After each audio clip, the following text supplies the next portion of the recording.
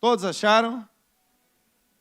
Mateus capítulo 25, do verso 1 ao verso 13. Eu vou ler a palavra de Deus que diz assim, na Nova Versão Internacional: o reino dos céus será, pois, semelhante a 10 virgens, que pegaram suas candeias e saíram para encontrar-se com o noivo. 5 delas eram insensatas e 5 eram prudentes. As insensatas pegaram suas candeias, mas não levaram óleo.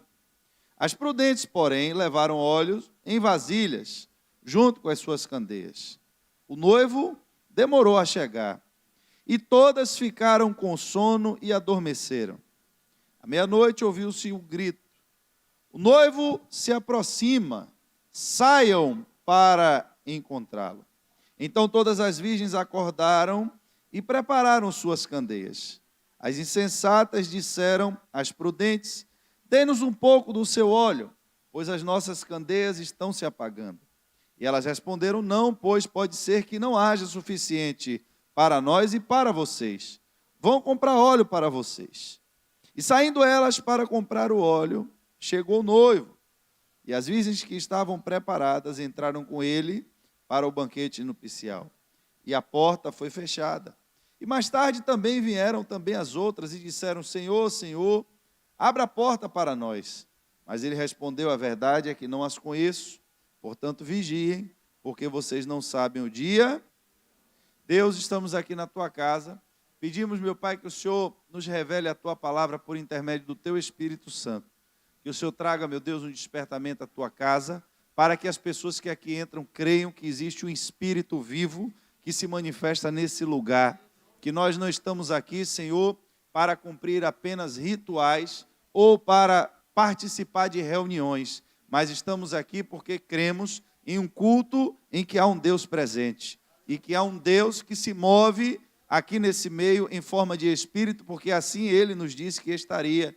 E para que a nossa fé, meu Pai, aumente, que o Senhor possa estar cada vez mais se movendo de verdade em nosso meio, porque é isso que nós queremos.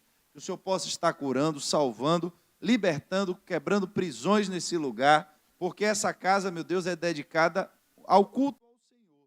Essa casa não é dedicada à nossa imagem, essa casa não é dedicada aos nossos talentos, essa casa não é uma casa de promoção de cantores ou de pregadores, mas essa casa é uma casa de invocação do Espírito de Deus.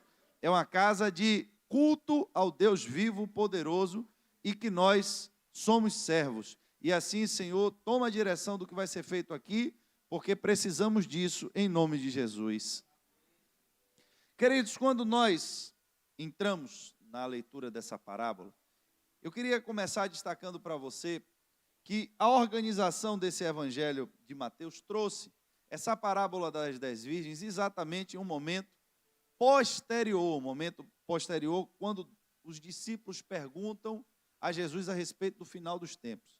Você voltar um capítulo, você vai ver que em Mateus 24, o Senhor Jesus estava ali falando aos seus discípulos o que aconteceria no final dos tempos. E depois que ele começa a falar sobre um tempo futuro, depois que ele começa a falar sobre o destino de Jerusalém, ele entra agora falando sobre o reino dos céus.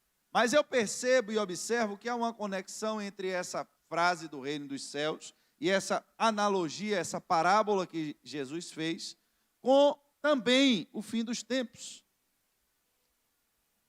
Há o início dessa parábola em que ele diz que as virgens pegaram suas candeias e saíram para encontrar-se com o seu noivo. Eu preciso que você entenda comigo que o contexto em que esse evangelho foi escrito é um contexto um pouco diferente do nosso. E isso vai fazer uma diferença para os próximos textos que nós vamos ler dentro dessa própria parábola.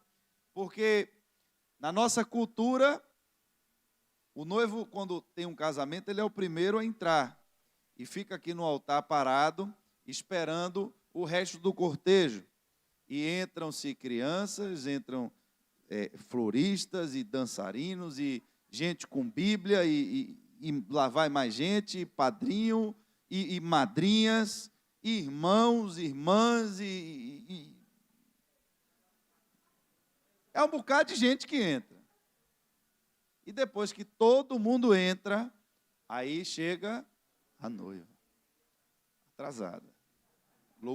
É Lucas que depois você resolve com Lucas aí, viu, noiva?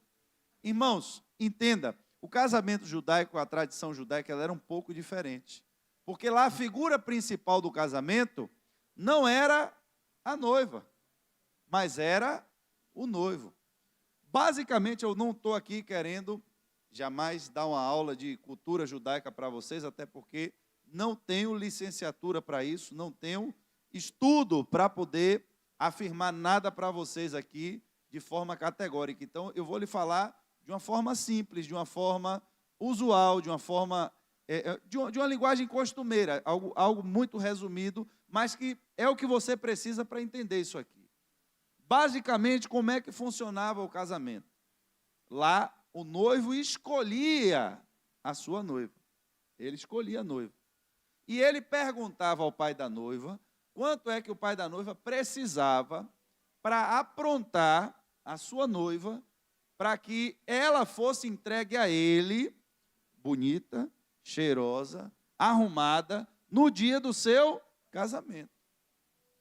Então, havia uma data marcada, e o pai da noiva, se ele cobrasse um dote mais caro do que o que as pessoas estavam dispostas a pagar, a noiva dele ia ficar em casa. Se ele cobrasse um valor talvez barato demais, é possível que frustrasse as expectativas de um bom pretendente. Então, havia essa mensuração de quanto valia aquela noiva. Tinha que ser pago um preço.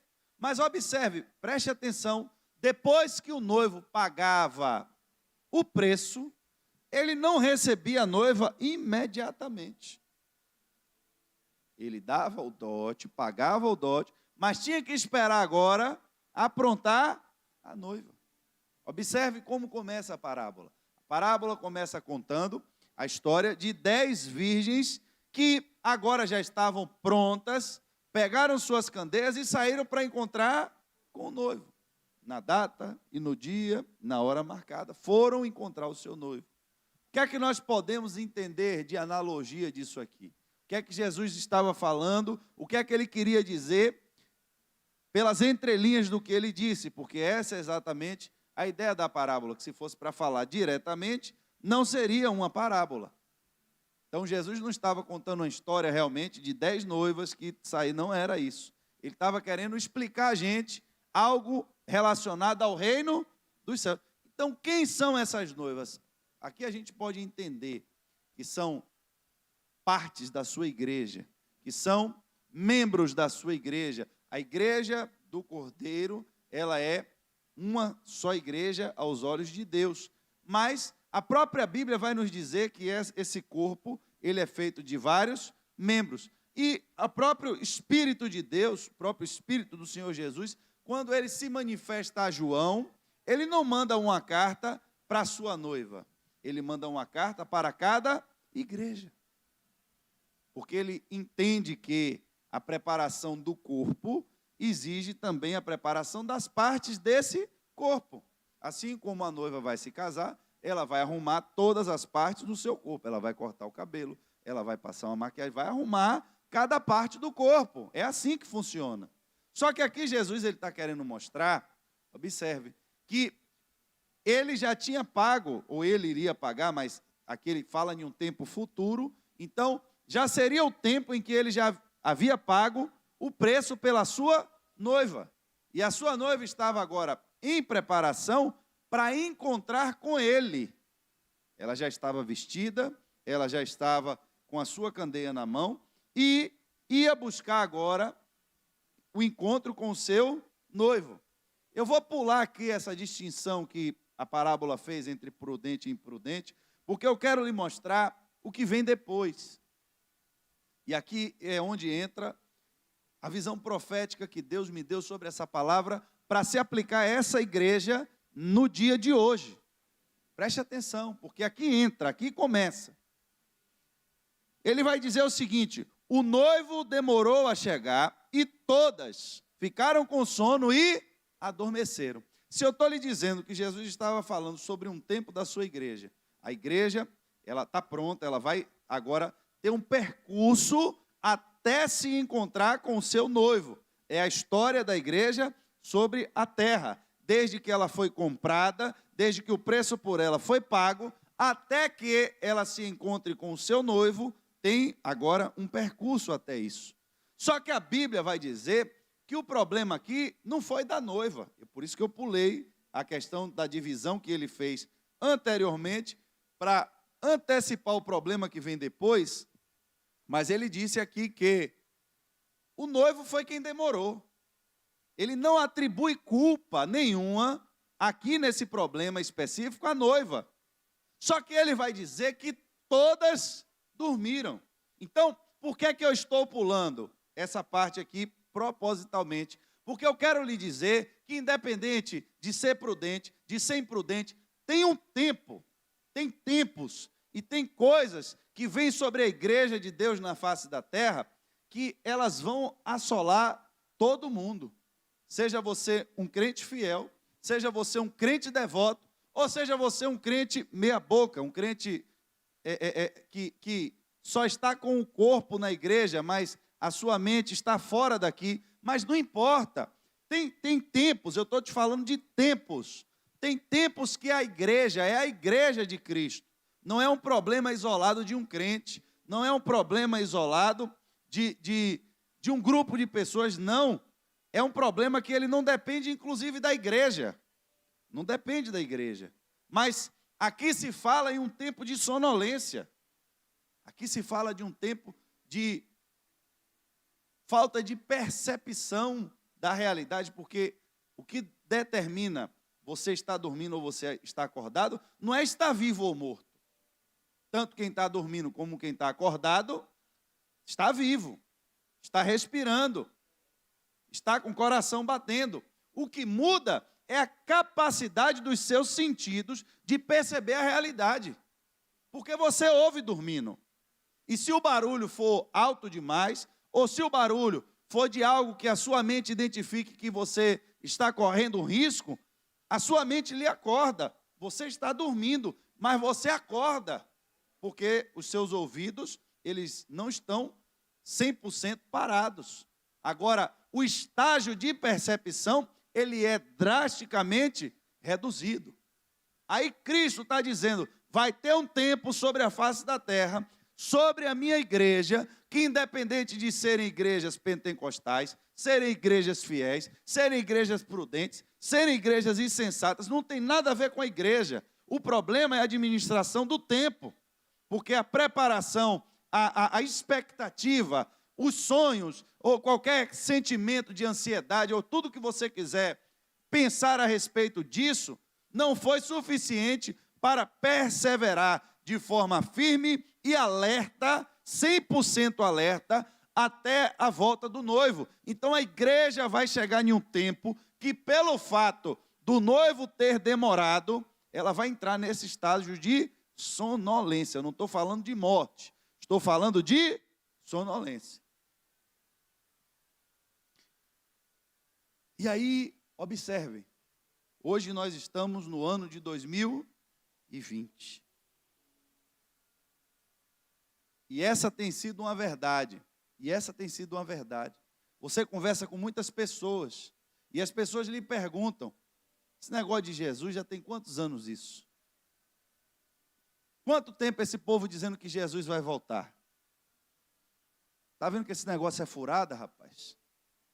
Estamos vivendo em um tempo que é exatamente a incredulidade agora do mundo, desafiando a fé da igreja.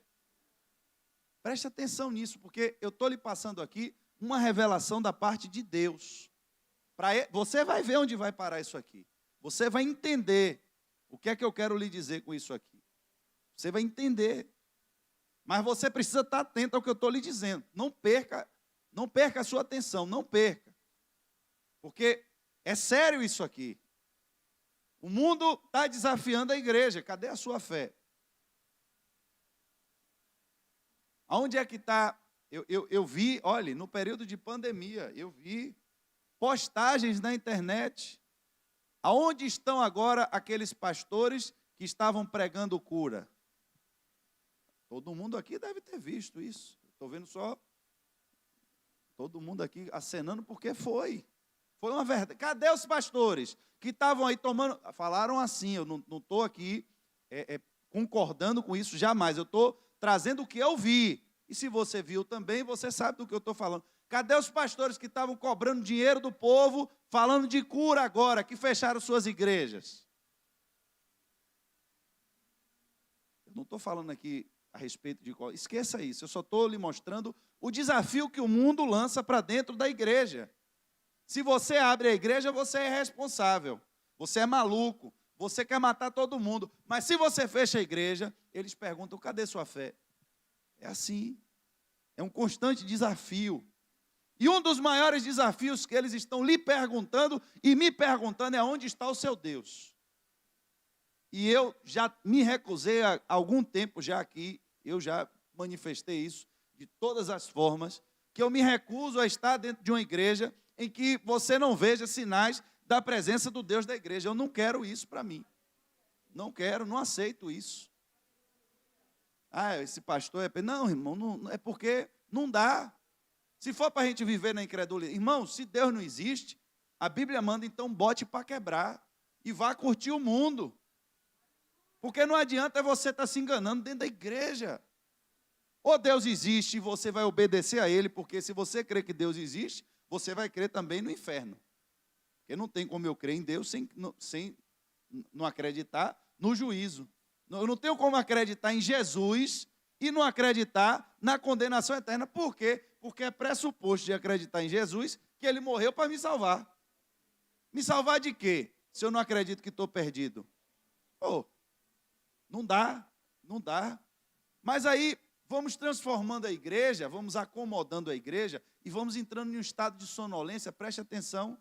E que na sonolência, um dos sentidos que é mais prejudicado é exatamente a visão. É exatamente a visão. Porque a visão realmente ela é totalmente fechada. A visão sim. E a igreja perde a visão. Perde a visão. E começamos a o quê? A transformar as igrejas em locais de fazer palestras de autoajuda. Começamos a transformar a igreja em locais de você poder curtir o mundo de uma forma light. Como é uma forma light? O cara quer comer açúcar, ele não pode, ele é diabético, então ele vai procurar adoçante. Parece ser doce, mas não é o doce do açúcar, mas tapeia alguém. Então, eu quero fazer as coisas do mundo, mas eu sei que se fizer, vai para o inferno. Então, a igreja transforma aquilo em um adoçante. Aí você faz aqui dentro da igreja, porque aqui dentro da igreja a gente se controla aqui e você faz o que você acha que pode fazer aqui dentro. E vamos adequando ao evangelho as nossas necessidades e não nos adequando às necessidades do evangelho. E quando nós formos nos dar conta dessa bagaceira, a gente já está dormindo há tanto tempo que a gente nem percebeu o tanto que a gente se afastou de Deus. Esse é o problema. E eu vou dizer uma verdade a vocês, uma verdade. No tempo de hoje, tem igrejas por aí, porque isso é profético, isso está na Bíblia, isso é Bíblia. Tem uma interpretação escatológica, você vai entender que aquelas cartas às igrejas, embora existissem de fato as 7 igrejas na Ásia, embora o Espírito... Também há uma interpretação escatológica de que aquilo ali se refere a 7 tempos da igreja. E qual é a última igreja? A última igreja é a igreja de Laodiceia. Foi a igreja que ficou rica, foi a igreja que todo mundo prosperou, foi a igreja que os crentes deixaram de andar de sandália havaiana, foi o tempo em que as igrejas deixaram de ter banco duro de madeira e uma caixa de som para ligar 10 instrumentos, foi o tempo em que só tinha crente pobre dentro das igrejas, e as igrejas começaram a ficar ricas, as igrejas começaram a construir megatemplos, foi isso aí. Só que qual é a queixa de Jesus para essa igreja? Tem um problema com vocês. Eu não sei quem é que vocês estão adorando aí dentro, porque eu estou do lado de fora. Isso é uma verdade. Só que essa verdade, ela nos assalta, não é porque nós somos pessoas ruins. É isso que eu quero agora que você entenda. Não é porque você é um pecador miserável, não é por isso, irmãos, o problema do pecado foi resolvido. Se você confessa e deixa, você alcança a misericórdia. Jesus morreu na cruz foi exatamente para resolver o problema do pecado. Ele perdoa seu pecado. O que você precisa entender agora, abrir a sua visão, para que você entenda que a dificuldade que nós estamos tendo de acessar o mundo espiritual é porque estamos exatamente vivendo esse tempo da sonolência da igreja. E isso não tem nada a ver com a igreja. É um fator externo, foi porque o noivo demorou, que a igreja todas dormiram. Só que agora você vai entender o tempo profético também que nós estamos. Porque eu disse a você que quando você está dormindo, você pode não estar vendo, mas você está ouvindo. E aqui agora ele vai dizer que à meia-noite ouviu-se um grito. Ouviu um grito. A meia-noite é o quê, irmãos? Meia-noite é um ponto de decisão. Meia-noite é a hora que está terminando um dia, é a hora que está encerrando o nível para começar outro. É meia-noite, não é mais o dia anterior. Eu também não comecei ainda o dia novo. Eu estou na hora, que hora é essa que eu estou? 0. Quando der 0 e 1, é o outro dia. Mas o 0 é o meio do caminho. Só que quando a igreja estava dormindo, a igreja não estava mais atenta aos sinais, não estava mais vendo o seu Senhor, não estava mais esperando o seu noivo, porque já estava dormindo. Estava dormindo. Aí vem alguém e grita à meia-noite. Está aqui. Não diz quem foi que gritou. Ouviu-se. O sujeito aqui, meu irmão, ninguém sabe quem é. Mas ouviu, alguém gritou. Vem o noivo. E quem estava dormindo, irmãos, preste atenção, acordou com o grito. Vem o noivo. O noivo se aproxima e saiam para encontrá-lo. Olhe, eu vou lhe falar algo. A igreja estava na sonolência espiritual. Estávamos acomodados com cultos, porque oramos, pedimos a Deus que nos abençoe, que abençoe o nosso trabalho, que guarde a nossa casa, que abençoe a nossa família, e glória a Deus. A gente veio para o culto, foi uma bênção, a gente volta para casa, a gente vem no culto seguinte, foi uma bênção, a gente volta para casa, e isso leva 1 ano, 2 anos, 3 anos, o culto sendo uma bênção, e a gente volta para casa, e a gente não vê mais nada novo. E a gente não vê a manifestação. Isso estava sendo uma realidade. Aí alguém, um grito sai aí e diz, olhe, abram os olhos, porque Jesus está voltando. Vocês estão vendo pestes? Vocês estão vendo fome? Vocês estão vendo terremotos? Abram os olhos, o noivo está voltando. Aí, quem estava dormindo, acorda e diz, não, realmente, eu estou aqui porque tem um propósito. Eu preciso me encontrar com o noivo. Não faz sentido eu andar por aí com roupa de noiva para ficar dormindo no meio da rua. Não faz sentido eu ter me preparado, eu ter me adornado para ficar dormindo no meio da rua. Eu tenho um propósito, eu tenho uma missão. Eu preciso encontrar com o noivo. E aqui, irmãos, entra uma mensagem agora de despertamento.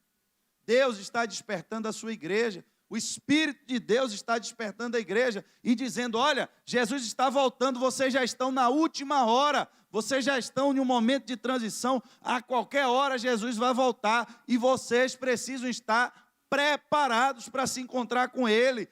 Dormindo do jeito que vocês estavam, vocês não iam encontrar Ele. E a gente está vendo o Espírito, eu estou vendo, não sei você, mas eu estou vendo o Espírito de Deus trabalhando no nosso meio exatamente assim. Primeiro ele nos mostra o nosso estado, vocês estão dormindo, acorda.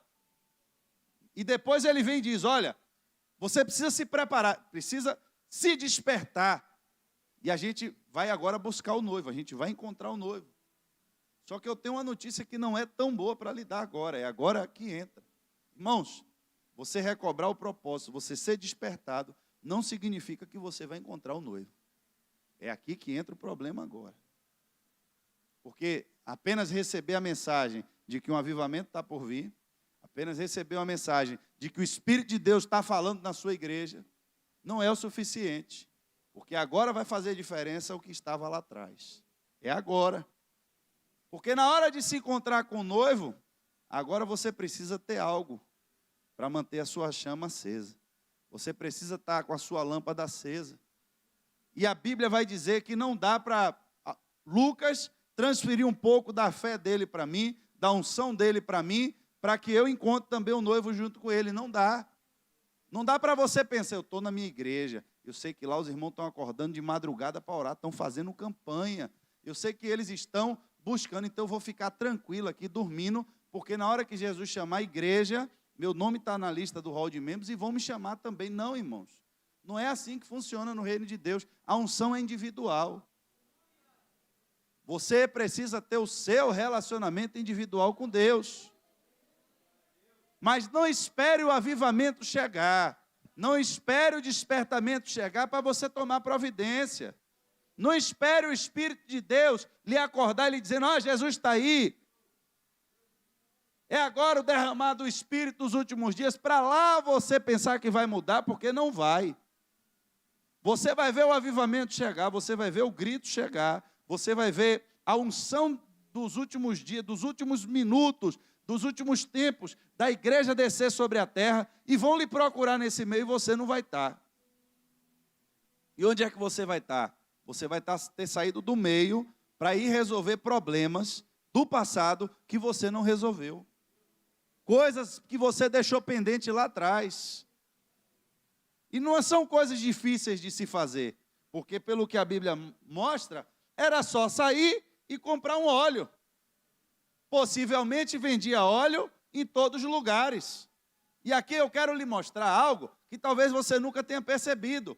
O problema das virgens, elas não entraram nas bodas, não foi porque estava sem o óleo.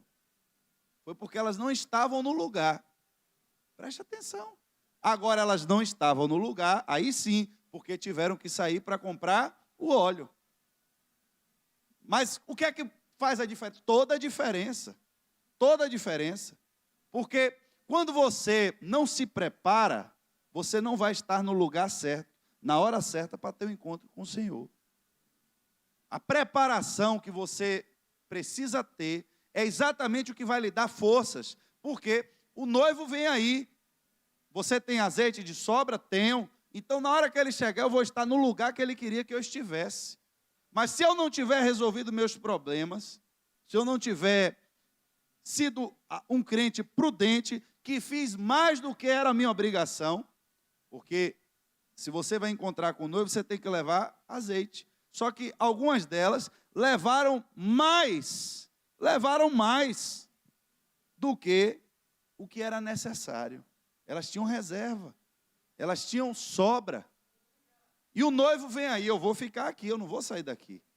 Mas todo mundo, não, eu sei qual é o meu lugar. Eu tenho substância, eu tenho firmeza para estar aqui, esperando o noivo. E você, não, eu vou ter que sair para resolver alguma coisa.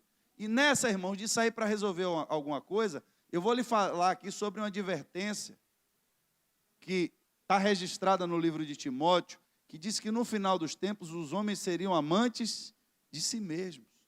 Eu quero lhe falar algo sobre isso específico, direcionado por Deus, porque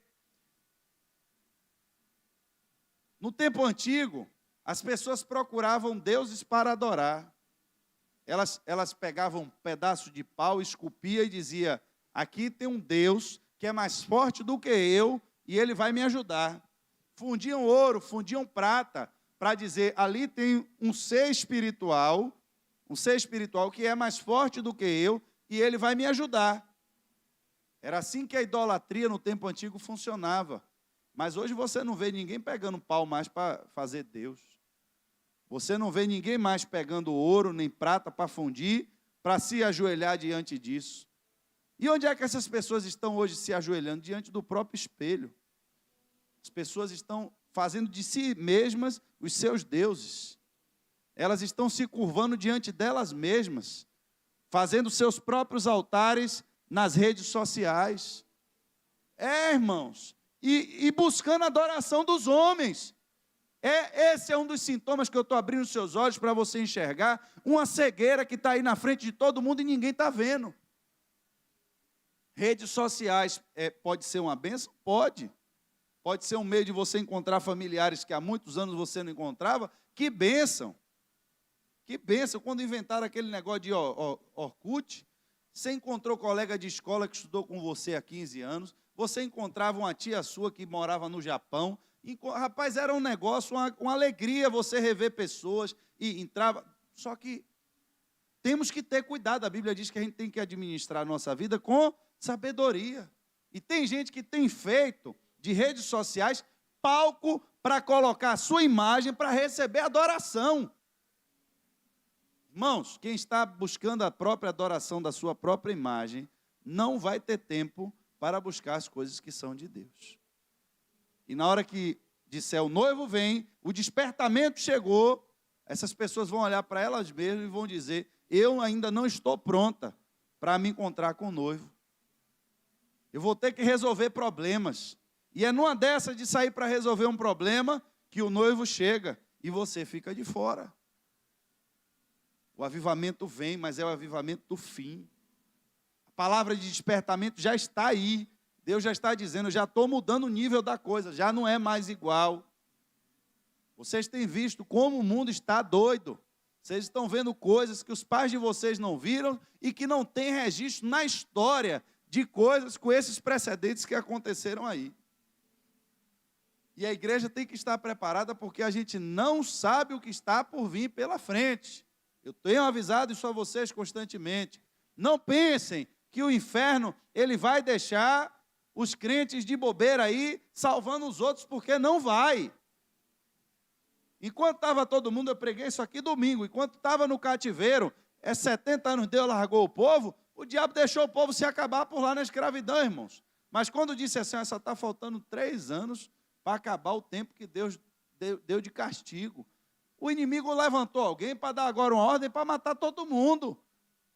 Você pode não estar atento, você pode não saber qual é o dia, você pode não saber qual é a hora, você pode não saber o que está acontecendo no mundo do espírito, mas eu vou lhe contar, o seu inimigo não dorme, ele não tosqueneja, porque ele está o tempo todo tramando uma forma de destruir a igreja. E Deus nesse último tempo, levantou alguém para dar um grito. Ei, acorda, porque o noivo está vindo. Quem é você? Não, eu estou vestido de noiva. É por isso que você está aqui? É por isso que você está aqui. Mas se você é santo, nesse tempo, santifique-se mais. Se você está buscando a Deus, nesse tempo, busque mais. Você quer trabalhar, gosta de trabalhar, é para trabalhar mais. Mas eu não tenho tempo para Deus. Por que não tem tempo para Deus? Porque eu estou com um trabalho de manhã, eu tenho depois um trabalho de tarde, à noite eu tenho um curso profissionalizante, e no sábado, meu irmão, não, no sábado eu tenho uma pós-graduação para fazer. E no domingo, meu pastor, no domingo eu estou tão cansado de tudo que eu fiz, que é o único dia que eu tenho para admirar a minha própria beleza e para desfrutar do meu próprio eu, dentro de tudo aquilo que eu trabalho para eu mesmo desfrutar, dentro do meu próprio paraíso que eu construo com tanto sacrifício. Porque eu trabalharia de forma tão dolorosa, tão escravizauro, se não for para eu ter pelo menos um dia para desfrutar do meu próprio reino. Irmãos, isso é também outra realidade dos nossos dias. As pessoas não estão se dando conta da brevidade da vida. Não estão se dando conta que... Eu saí daqui da igreja um dia desse aí, que não sei que dia foi, mas sexta-feira, culto dos homens. Saí daqui, comi um negócio em casa, daqui a pouco endoidou uma dor, um negócio, fui parar no pronto-socorro. Emergência, e tome remédio Nivea, eu pendurado lá no soro, saí desse negócio. Eu sentei ali e disse, rapaz, já pensou se é um negócio brabo aqui? O médico nem me olhou, arrancou aqueles filmes e mandou para casa. Se é um negócio sério, eu morro aqui mesmo. E tudo que eu tenho feito é o quê? Ah, irmãos, a gente tem que pensar na vida. A gente tem que entender que nada nessa vida aqui é mais importante do que o nosso encontro com Deus. Porque tudo passa, tudo fica. E a gente vê os jovens tudo doido aí, tudo pirado, querendo fazer um bocado de doidice e se esquece de quem ajuda é Deus. Que se Ele não edificar a casa, em vão você está trabalhando, meu irmão. Quantas vezes eu tenho visto o cara, não, pastor, porque eu tenho que, o senhor sabe, né? As mulheres da igreja estão me olhando assim meio atravessado, porque eu chego aqui. Agora, no dia que eu chegar aqui com a chave de um negócio, né, motorizado, a coisa muda. Mulher não quer casar mais, pastor, com homem que não tem dinheiro. Tudo bem. Aí o cara vai, trabalha e pinta o diacho lá e chega e arruma 2 trabalhos, compra um carro importado, financiado em 60 vezes e chega aqui com as roupas tudo atrapalhadas e aquela coisa toda. Aí ele não tem tempo de orar, não tem tempo de buscar a Deus. Aparece uma Dalila da vida, leva ele, daqui a pouco ele perde tudo. Quantas vezes você já viu essa história acontecer? Quantas vezes? E quantas vezes você também já viu ao contrário? O cara que está aqui na oração e Deus mostra, e a menina vê que o cara é esforçado, pode hoje não ter nada, mas ela vê ali que é um homem de Deus, é de oração, e junto os dois começa a orar, começa a batalhar, daqui a pouco começa a crescer na vida, começa a prosperar. Por quê? Porque Deus vai dando o crescimento. Mas se eu não creio mais em Deus, se Deus para mim virou uma teoria que está escrito na Bíblia, se eu entro e saio desse lugar e não vejo mais a manifestação de Deus, como eu vou ter fé em Deus? Eu vou dormir. Você está sendo, irmãos, privilegiado por Deus. Você está sendo acordado por Deus. Deus está lhe mostrando e lhe revelando os seus planos. Está lhe revelando em que tempo você está. Mas olha, eu vou falar algo forte aqui. Tem gente que está trabalhando na casa de Deus. Preste atenção agora. Tem gente que está trabalhando no reino de Deus, que está com força, que está isso e aquilo. Mas, irmãos, tem que resolver problemas antigos. Porque se não resolver, na hora que disser, vem o noivo, não estou pronto para me encontrar com ele, vou resolver meu problema. Aí já foi o tempo.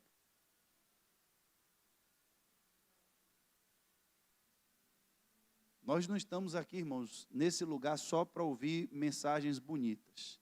Não estamos aqui nessa igreja só para ouvir mensagens de encorajamento, para você sair pelaquela porta e botar a mão, e aonde você botar vai ser seu, e onde você pisar o pé, Deus vai lhe dar. Isso é verdade, mas tem dias para cada coisa, tem um dia para cada unção. Mas de todas, a que você tem que tomar mais cuidado é quando envolve a sua salvação. Porque você pode perder tudo, que Deus lhe dá tudo de novo. Mas se você perder a salvação, você não vai achar um outro Deus para lhe dar ela de novo. Porque só tem um Deus. E se a igreja não compreender isso, irmãos, a gente fica aqui perdendo tempo. Mas observe, ânimo porque Deus está falando. Vai vir um grito aí, ó, o grito chegando. Escute, acordem porque o noivo está chegando. Os fatos estão gritando que Jesus está aí, estão gritando. Só não está vendo porque o sono está muito pesado, está profundo, mas os jornais estão gritando aí, ó, as notícias, não é de igreja não, é o mundo aí, gritando. Pega a Bíblia, lê aí um versículo anterior, o Mateus 20, irmãos, leia, e veja, se os fatos aí não estão gritando, Jesus está voltando, o noivo está vindo, e é o tempo que a gente tem agora ainda, para resolver esses problemas, para na hora que a trombeta tocar, você possa comparecer diante de Deus e estar no lugar certo, na hora certa. Porque por mais que você tenha determinação e diga, não, minha fé é inabalável, eu sei. Quanta gente eu não escuto isso? Não, meu irmão, esse negócio de crente, de igreja, eu tomei por fora, mas você precisa ver a fé que eu tenho em Deus. Irmão, isso é mentira do diabo para lhe enganar. Porque ele vai armar uma cilada, vai armar uma situação, justamente na hora que você precisava, está no lugar para esperar o noivo. Ele vai armar uma... Cadê a pessoa? Não, saiu ali para comprar um óleo, já foi. O noivo chegou. Você nunca vai saber o que é que o diabo vai armar para você, não sabe. Mas ele vai usar um problema que você tem. Ele vai usar algo que ele tem alguma legalidade na sua vida. Ele vai cobrar aquilo. O que é que você tem que fazer hoje? Irmão, resolve logo. O que é que está com um problema aí na sua vida? O que é que você sabe que está lhe dando um problema? Resolva. Deixe tudo em ordem. Porque na hora que gritar, vem o noivo, você diz, agora eu não saio daqui. Ninguém me tira daqui. Por quê? Porque a minha lâmpada está acesa. Minha lâmpada está acesa. Minha lâmpada está acesa. E eu quero que você se prepare. Eu estou lhe chamando para que você se prepare. Porque quando a unção de Deus descer, a igreja ela vai se mover em uma dimensão tremenda, porque é o tempo do fim. A hora já está acabando, irmãos. Não dá mais para esperar nada, e vai ser a última colheita na face da terra. Vai ser um avivamento que ele vai vir tão rápido como ele vai embora. Vai ser rápido, é rápido. É para salvar mesmo aqueles que estavam ainda dormindo. Acorda, meu irmão, bora. Foi salvo, bufo, acabou. E cadê a igreja? Já foi embora. E agora você vai resolver seu problema com o anticristo aí. Porque a igreja já foi, a unção de Deus já foi, o Espírito já foi. Nós não vamos nos conformar com igreja sem presença de Deus. Nós não vamos nos conformar. Nós vamos buscar até que Ele venha. Vamos buscar até que Ele renove a sua obra. Vamos buscar até que Ele reacenda a sua chama. E vamos entrar nisso aí, irmão, já prontos e preparados. Para na hora que disser, é agora, eu estou aqui. Não tenho mais nada para resolver, não.